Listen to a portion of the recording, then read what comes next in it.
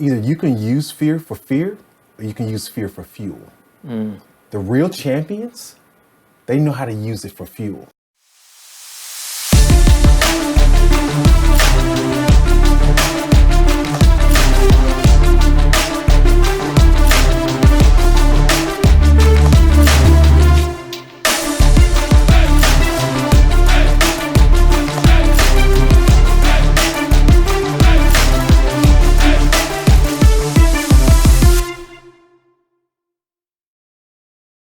So one of the things that I remember, just a funny story, is you at one point tore your Achilles.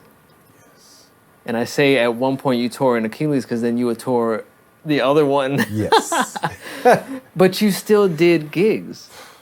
Man, talk to me about that. Like, what was that all about? Yeah, man. Okay, again, me and Toby playing basketball. And so I go up for a layup and I feel this huge pop on my leg. I had no idea what it was, and I thought somebody had hit me. It was I tore my Achilles. And so it was my right leg, my kick drum leg. So Achilles is the worst tendon you can ever tear because it takes the longest to heal and you can't be on it. And you're in 4 different casts at different angles of the ankle to stretch out that tendon. So a lot of guys I read up on, they just take a hiatus and they kind of, just take a little break. But I'm like, man, I don't think I can do that. I can figure this thing out. I was like, I'm not going to have nobody take my gig at that. And second of all, I saw the drummer, I'm brain farting right now, with the one arm. Def Leppard? Yeah, Def Leppard. I'm like, and I saw that behind the music with him when I had tore my Achilles. I'm like, if he can do that with the hand, I can work this thing out and just, put everything with the open and the closed hi-hat and a kick drum with my left foot. So, man, I would never forget. I told him I wanted to do it, and Toby was very gracious. I'll never forget. Midland, Texas. It was a summer festival. So they're all out there. They're all out there. And Gabe, Toby, Sean, and I think Dan Piss was there, the manager and stuff. So Toby has on his glasses. So they come around to see how this is going to play out. So, man, after the first couple bars, Toby's like, yeah, let's get it. So it was good, man. Yeah. I just simplified everything. And, man, that was a blessing in disguise because I love double bass pedals. Yeah. My left leg got so blazing fast that when my right leg came back with the double bass pedals, Over. it was nutso. So that's why, man, a lot of times I heard this lady named Joyce Meyer. She said, when you have challenges, and I still have this model to this day with even speaking, do it afraid. And then you doing it afraid, it's not on you, man. It's on something that's inside of you that speaks to who you are in your core. And that end up being a blessing in disguise. So do it afraid. I did it afraid, and it's a huge blessing. Dude, dissect that for me more. Because this morning I was having a conversation with somebody, and we were talking about fear. And what came up in that conversation was that sometimes fear is a good thing. Is that what you're talking about right now? Absolutely, brother. It means this. It's not, everybody is afraid of certain things, right?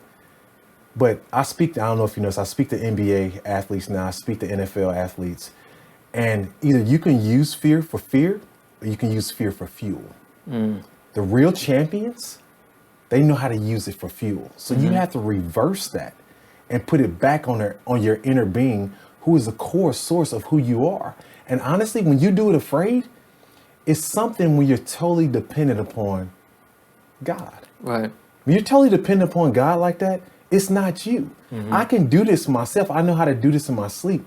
But when I'm outside of my element, with the torn Achilles, and my total source is coming from that source, it's something sweet and rich about that. And that's where you want to be. Yeah. Dude, that's good, man. That's real. And then, but not, so you proved you could do it with the right gone.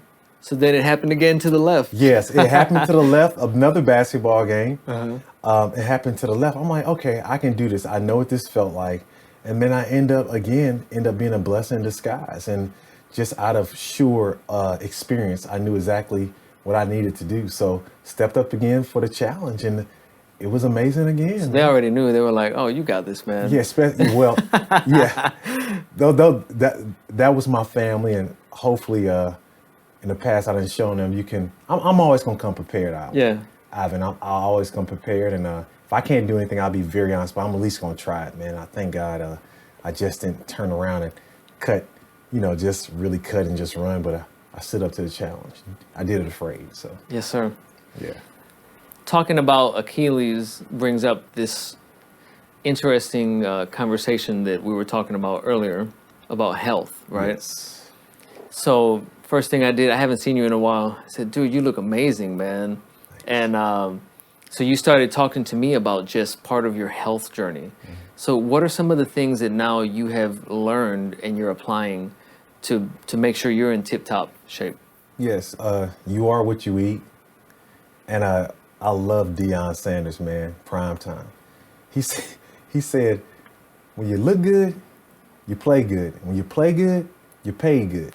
When you pay good, all is good.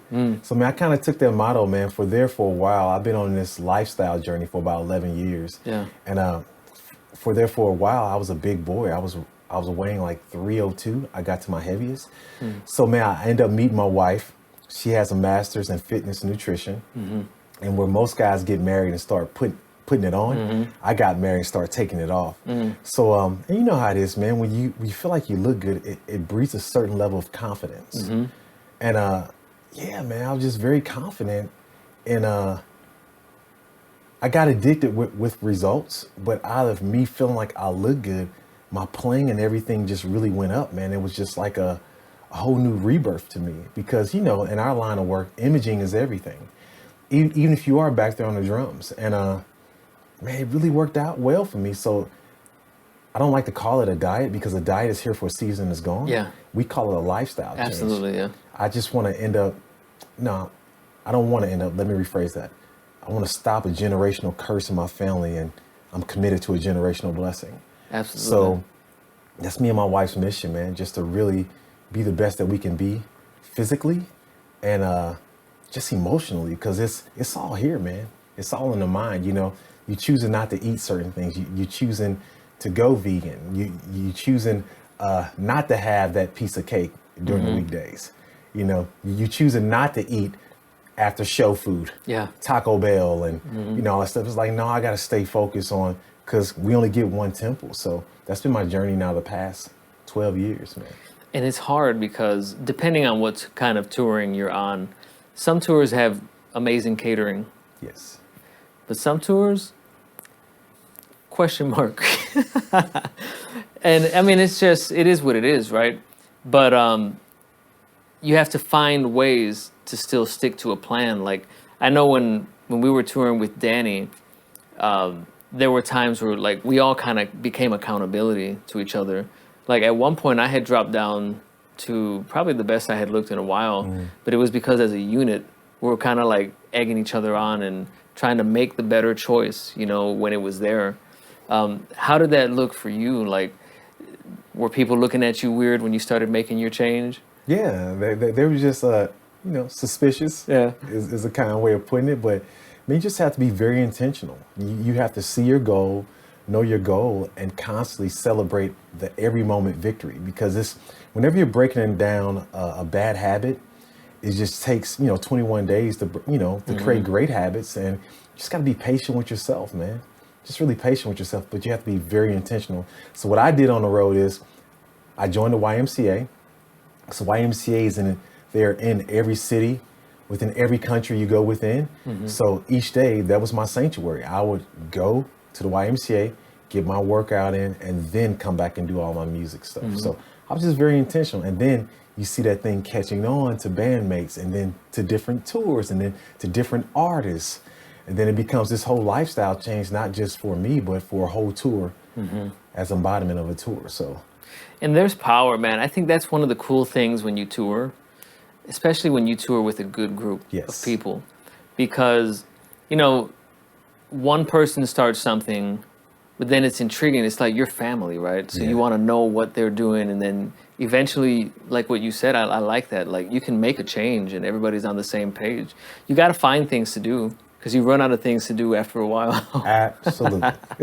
Might as well make it health.